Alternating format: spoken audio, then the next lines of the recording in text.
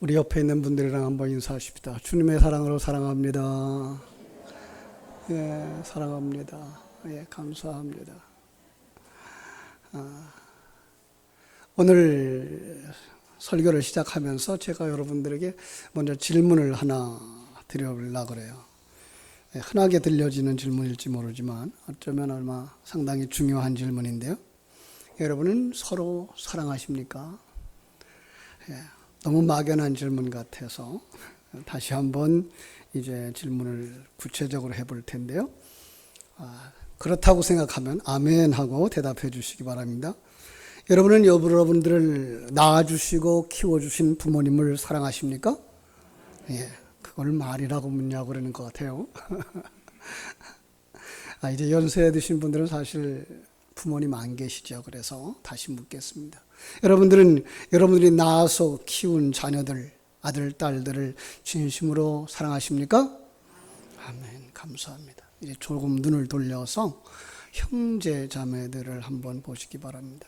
여러분은 정말 여러분 옆에 있는 형제 자매를 사랑하십니까? 예, 옆에 있는 형제 자매를 사랑하니까 목소리가 좀 작아졌어요.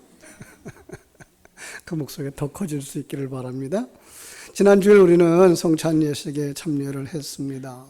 성찬 예식, 주님께서 잡히시기 전날 밤 제자들과 함께 저녁 잡수시던 그 시간에 떡을 가지고 일어나서 툭 떼시면서 잘라주시면서 이것은 너희를 위하여 주는 내 몸이라 그들이 묵묵히 받아서 먹습니다. 성찬에 참여하는 성도들처럼. 그리고 또 잔에 포도주를 따라서 높이 쳐 드시더니 이렇게 들고 이 잔은 내 피로 세우는 새 언약입니다. 그리고 나눠주니까 제자들이 받아 마셨습니다. 자, 성도란 이렇게 예수님의 살과 피를 함께 나누어 먹은 사람들. 한 몸이요. 한 몸 된 각자의 지체라고 하는 것이죠. 그래서 참 헤어질 수가 없는, 끊어질 수가 없는, 어떤 면에서는 헤어진다 그래도 천국에서 다시 만나는 한 몸, 한 가족이라 할 것입니다. 그래서 우리는 정말 같은 피를 물려받은 형제들이 서로 사랑하고 부모와 자녀들이 서로 사랑하는 그 관계를 통해서 하나님께서 우리를 얼마나 사랑하고 계신지를 계시해 주고 있는 걸 여기서 찾아볼 수가 있습니다. 그 부모님의 사랑, 형제 간의 사랑 감출 수가 없죠. 그죠? 우리 인생들이 살면서 다 경험을 하지만 이성 간의 사랑도 감춰지던가요? 감출 수도, 그죠? 속일 수도 없는 바른 이성을 가진 사람은 거의 자신을 향한 이성의 사랑이 진짜인지 가짜인지도 금방 알아차립니다.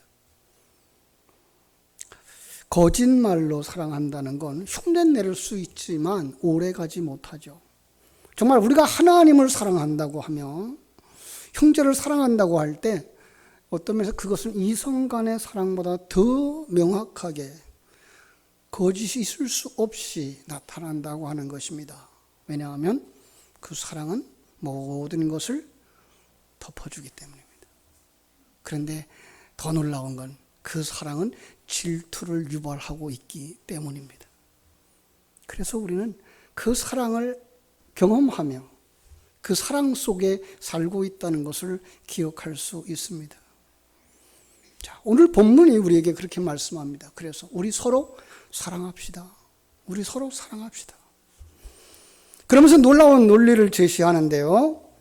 우리가 서로 사랑할 때 바로 그들이 하나님께로부터 난 자이고 하나님을 아는 자라라고 말씀하는 거예요. 다시 말하면 너희가 진정 하나님께로부터 거듭난 하나님의 자녀가 맞느냐? 너희가 진정 하나님을 아느냐? 그렇다면 서로 사랑하는 것이 마땅하지 않느냐라고 말씀하시는 거예요. 이 속에서 우리는 이런 걸 생각해 봤어요. 이 사랑의 씨앗은 하나님이 주신 것이다. 요한일서 4장 말씀의 시작에서 그렇게 말씀하시죠. 하나님은 사랑이시니라. 그죠? 하나님이 사랑이심을 아는 하나님의 자녀들은 그 사랑에 꽃 피우고 열매 맺는 사랑의 사람들이 되어져야 한다는 것이죠. 왜 하나님이 사랑이냐라는 말을 구절이 풀어줍니다. 하나님의 사랑이 우리에게 이렇게 나타난 바 되었으니 하나님이 자기의 독생자를 세상에 보내심은 저로 말미암아 우리를 살리려고 하심이니라. 그렇습니다. 하나님의 사랑이 나타났는데 그 하나님의 사랑은 이론적인 사랑이 아니고 형식적인 사랑이 아니라 자기 독생자를 우리에게 보내어서 십자가에서 죽게 하심으로 그 사랑의 씨앗을 우리에게 주셨다라고 말씀하는 거예요. 하나님이 사랑인데 그 사랑이 성도들의 심령 속에 심겨짐으로 말미암아 그 사람이 거듭나고 하나님의 자녀가 되었다는 거예요. 그러나 우리의 신앙생활 속에 일어나는 구원의 문제, 거듭남, 성숙, 그리고 완성, 이 놀라운 변화의 근본, 그 씨앗이 뭐예요? 하나님의 사랑이다라는 거죠. 로마서 5장 8절도 그 사랑을 이렇게 묘사했습니다. 우리가 아직 죄인 되었을 때에 그리스도께서 우리를 위하여 죽으심으로 하나님께서 우리에게 대한 자기의 사랑을 확증하셨느니라. 요한 서신을 쓴 이 요한 사도는요, 요한복음도 썼고요, 요한계시록도 쓴 사람이에요. 그런데 그가 요한복음에서 부활하신 주님이 흩어진 제자를 찾아와서 새 힘을 불어넣는 이야기를 요한복음의 마지막 장 21장에서 해주고 있습니다. 예수님이 부활하셨는데 불구하고 제자들은 다 흩어졌어요. 티베리아 호수로 가서 물고기 잡는 거예요. 그들은 아직 거듭나지 못한 상황이었거든요. 근데 유대인의 관점에서 메시아가 오시면 다윗 왕국이 회복될 거다.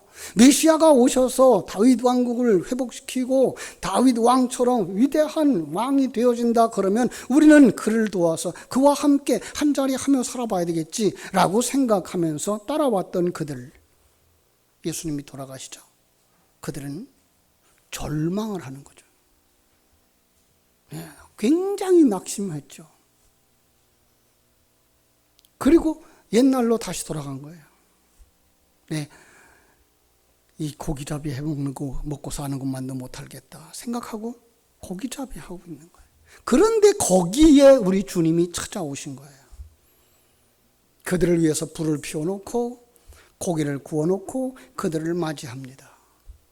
그리고 둘러서 앉아있는 그들을 향하여서, 특별히 그 중에 대표격인 베드로를 향하여서 묻습니다. 시몬아, 나를 사랑하느냐? 자, 오늘 우리 예배 속에 찾아오신 주님이 예배하고 있는 우리 한 사람 한 사람을 향하여서 이렇게 물으실 겁니다. 네가 나를 사랑하느냐? 그럼 어떻게 대답하시겠어요? 베드로는 지나온 날들이 마치 주마등과 같이 지나갑니다. 그가 주님을 처음 만났을 때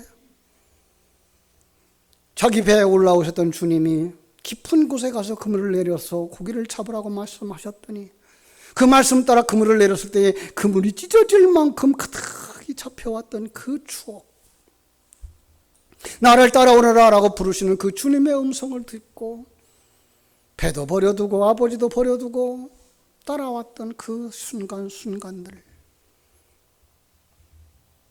그리고 십자가에 못 박히는 예수님을 바라보면서 실망했던 그날, 아니 재판정에 들어가서 예수님을 3번씩이나 부인했던 자기의 그 과거,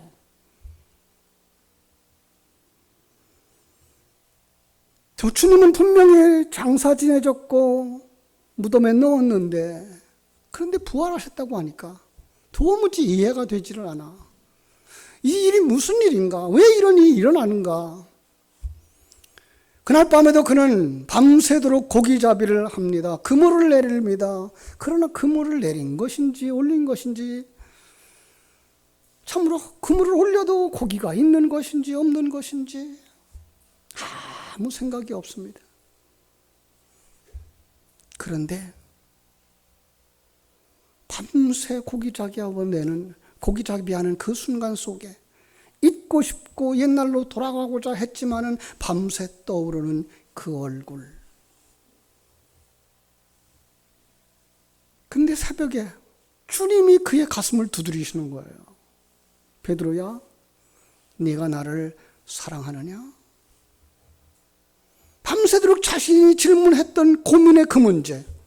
내가 주님을 떠나서 살 수 있을까? 내가 주님을 잊을 수 있을까? 그러면 떠오르던 그 얼굴, 사랑의 얼굴. 그래서 대답하는 거예요.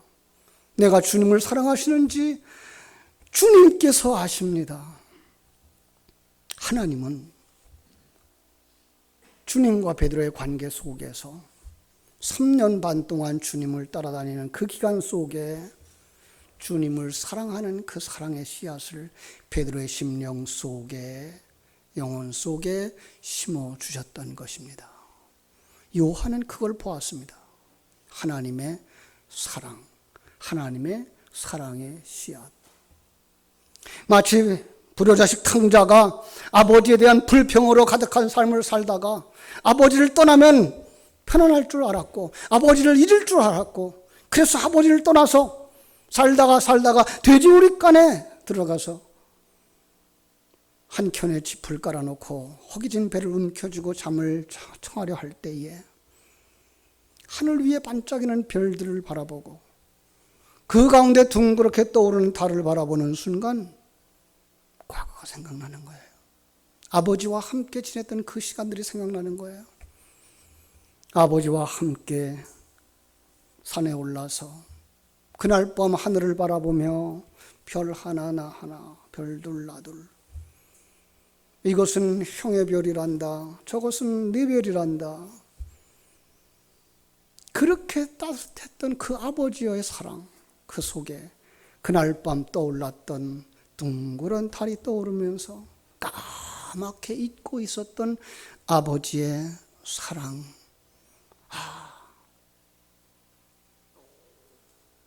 아버지의 그 사랑 생각하면서 또 하나 떠오르는 것, 어머니의 사랑. 내가 잘못을 저질렀을 때 호통치며 회초리 들고 책망하시는 그 아버지 손에서 나를 빼앗아 등 뒤로 숨겨주시고 치마폭에 감춰주셨던 그 어머니의 사랑. 그래서 그동안 억누르고만 있었던 참았던 눈물을 흘리는 것입니다. 하나님은 사랑의 씨앗을 탕자의 심령 속에, 베드로의 심령 속에, 그리고 우리의 심령 속에 심어주신 줄로 믿습니다. 자녀들이 자라나는 동안에 아버지의 사랑의 씨앗을, 어머니의 사랑의 씨앗을 우리의 가슴에 심어주셨던 것처럼, 그래서 자녀들이 이렇게 어버이날이 되어지고 어버이 주일이 되어지면 말로 다 하지 못해도, 다 표현하지 못해도 우리 심령 속에 그 부모님에 대한 사랑이 이렇게 뭉클뭉클 떠오르는 것입니다. 나 실제 괴로움 다 잊으시고 기르실 때 밤낮으로 애쓰는 마음, 진 자리 마른 자리 가라니시며 손발이 나닳도록 고생하셨네. 하늘 아래 그 무엇이 높다 하리요. 어머니의 은혜는 한이 없어라.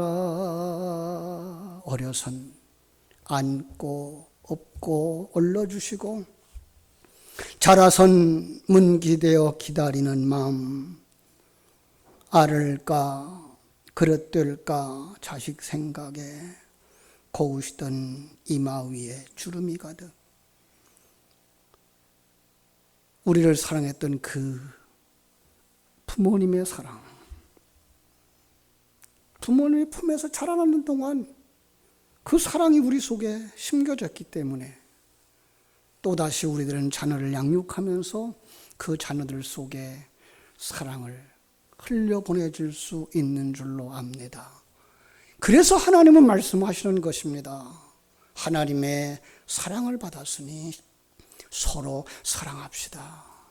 10절 말씀입니다. 사랑은 여기 있으니 우리가 하나님을 사랑한 것이 아니요 오직 하나님이 우리를 사랑하사 우리 죄를 위하여 화목제물로 그 아들을 보내셨음이니라. 지금까지 나눈 모든 말씀을 하나로 요약해 주는 말씀이에요. 지금 우리가 논하고 있는 그 사랑 하나님께서 온 것이다. 그 하나님의 사랑이 우리를 구원하셨다. 성도라고 하는 사람들, 우리죠.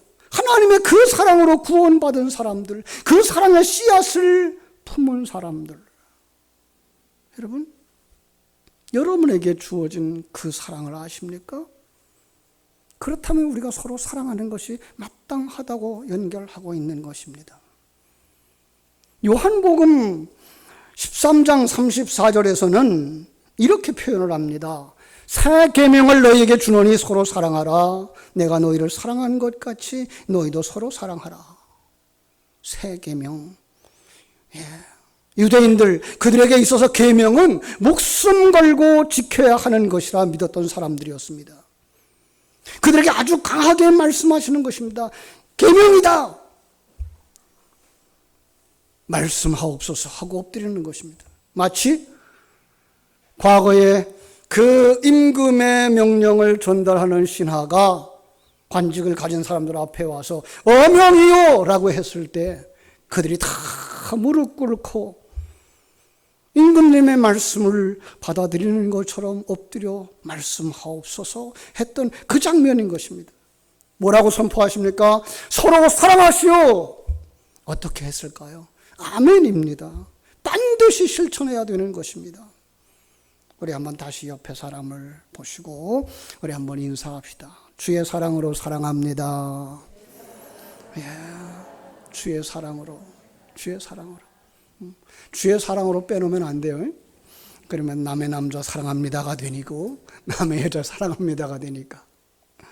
정말로 우리는 주님의 사랑 가운데에 사랑을 베푸는 여러분들 되시기를 주님의 이름으로 축원합니다. 이런 예화가 있습니다. 사무엘 루터포드라고 하는 스코틀랜드의 아주 유명한 설교가요, 장로교회 목사님이 계셨습니다. 영국 정부로부터 교리적인 핍박을 받았어요. 왜냐하면 영국 정부가 성공회라고 하는 국교회를 가지고 있는데 장로교회 교리와 부닥치는 것이 있었기 때문에 이 포드를 추방시켰습니다. 그래서 내일 떠나게 됩니다. 그런데 그 밤에 나그네가 한 사람 찾아옵니다. 누군지 모르지만 목사님은 춘절이 맞아서 식사를 하고 이제 저녁 잠자리를 제공해 주려고 합니다. 식사 후에 가족이 늘 모여서 가정 예배를 드렸던 것처럼 성경 공부, 교리 공부를 하는데 나그네가 다가와서 같이 앉아서 듣고 싶다는 거예요. 이 루터포드는 십계명을 가르쳤고 다 마친 다음에 이 나그네에게 물었습니다. 성경에 얼마나 많은 계명이 있는지 아십니까? 나그네가 대답합니다. 11가지입니다. 이 목사님 당황했어요. 아니 계명이 지금 제가 이렇게 펼쳐서 같이 나눈 계명이 몇 개냐고요. 그분이 얘기합니다. 11개입니다. 참 목사님 답답해서 이 스코틀랜드에 10계명도 모르는 사람은 내가 처음 만납니다. 그래서 나그네는 아주 큰 소리로 대답을 하는 거예요. 3계명 주셨지 않습니까? 서로 사랑하라 하지 않으셨습니까? 놀라서 물었습니다. 당신 누굽니까? 내가 바로 아일랜드 성공회의 주교 오셔입니다. 신학적으로 그렇게 등진 줄 알았던 그분이 찾아오신 겁니다.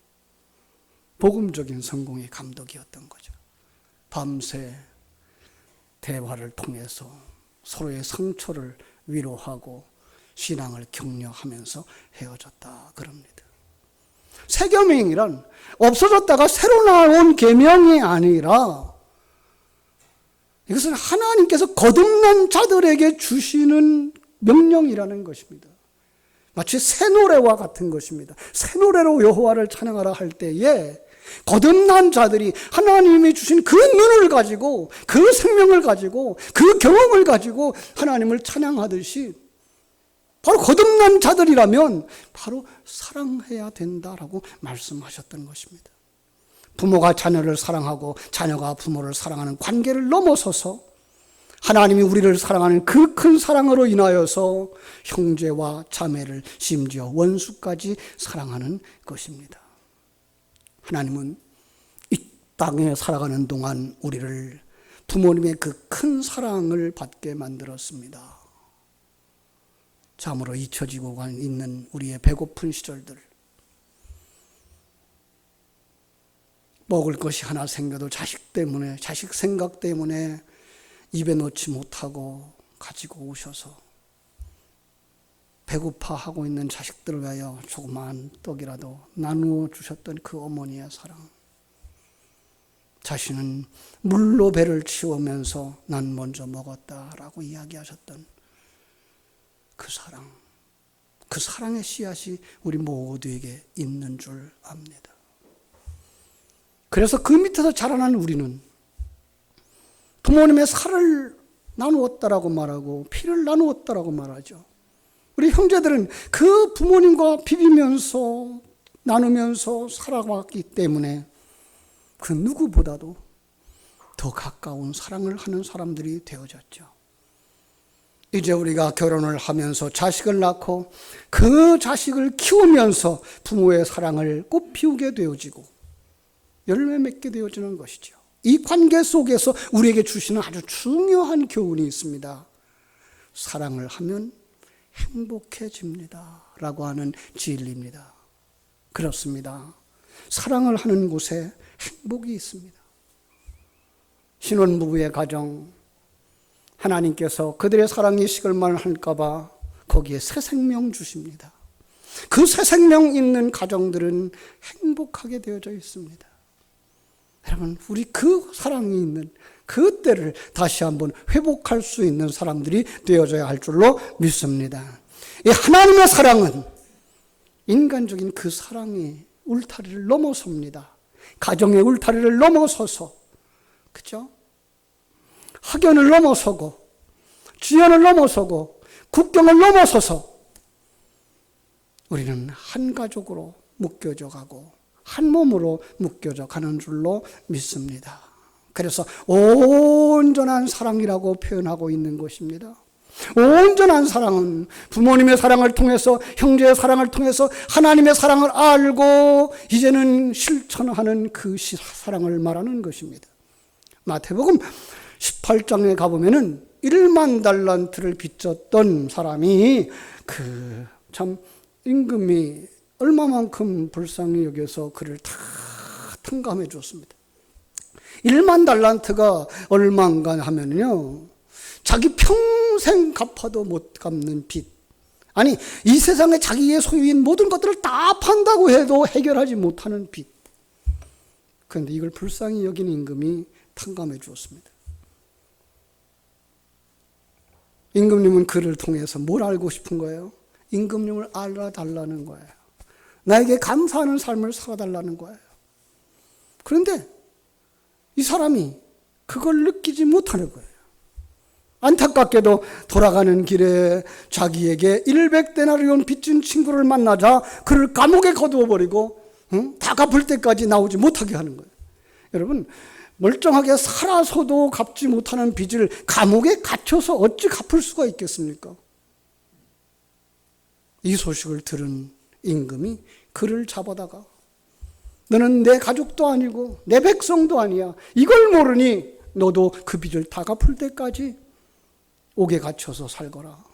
지옥에 던져놓은 것입니다. 그렇습니다. 참으로 이 상황을 바꿔 생각해 보면 어떨까요?